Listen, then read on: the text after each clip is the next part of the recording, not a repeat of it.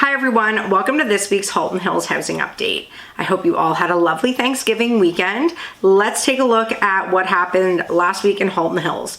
So Georgetown last week only had 7 sales, pretty low number overall for Georgetown. We might have missed a few sales reported because of the long weekend. So next week we might see a higher number than sort of is accurate because it will reflect the sales that happened that didn't get reported yesterday.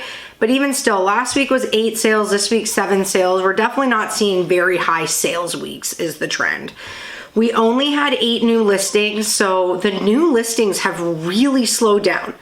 I thought at this point we would be getting a lot of new listings, and that is just not the case. We are not seeing a ton of inventory hitting the market, and we are seeing stuff continuing to come off of the market.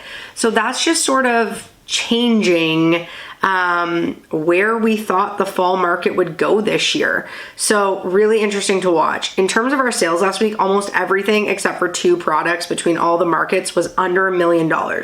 So under $1 million, that price point is still moving, but over $1 million is sitting pretty quiet. In Acton last week, we had 2 properties sell, but 4 new listings in Acton. But Acton was one of the markets that had quite a bit come off the market. There's, I want to say, like fatigue in Acton. Like those listings that are there have been there for a long time and things are just not moving. So I'm not surprised to see some properties coming off the market there. Glen Williams had no sales and 1 new listing. Limehouse, no sales, no new listings. Rural Market, no sales, but 2 new listings. So looking at active inventory, we continue to decline, which is not where I thought the market would be at this point in the fall market. So last week, all of Halton Hills had 153 active listings, and this week we are down to 152. So not a dramatic drop, but it's certainly a drop, and it's not going in the direction that we anticipated. Georgetown is down from 95 to 93 active listings this week, and again, that was in the 130 to 140 range in July. So we are down pretty significantly, and so our market is still moving, not at a rapid pace, but it's still going. And so when we are not seeing an influx of new listings combined with people taking their properties off the market and inventory going down, we're going to continue to see some busy weeks here. I don't know. We'll see what happens, but I really thought that by Thanksgiving weekend would be the point where our inventory would be definitely climbing, and that's not the case. So I can't predict anything anymore. We'll see. So price points under 800,000 is up slightly from 13 to 14 active listings. 800 to $1 million remain the same at 21 active listings. 1 to 1.5 million is down from 33 to 32 active listings. And 1.5 million plus, there was a bunch that came off the market this week. 28 were down to 26 active listings. Sorry, from 28 last week.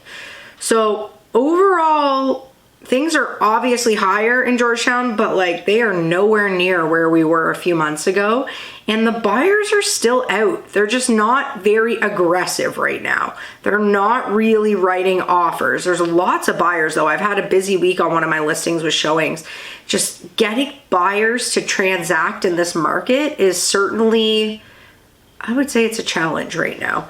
So Acton this week went from 26 down to 23 active listings. Like I said, quite a few came off there. I think some people are just like, okay, nothing's selling in Acton, we're just going to take our property off.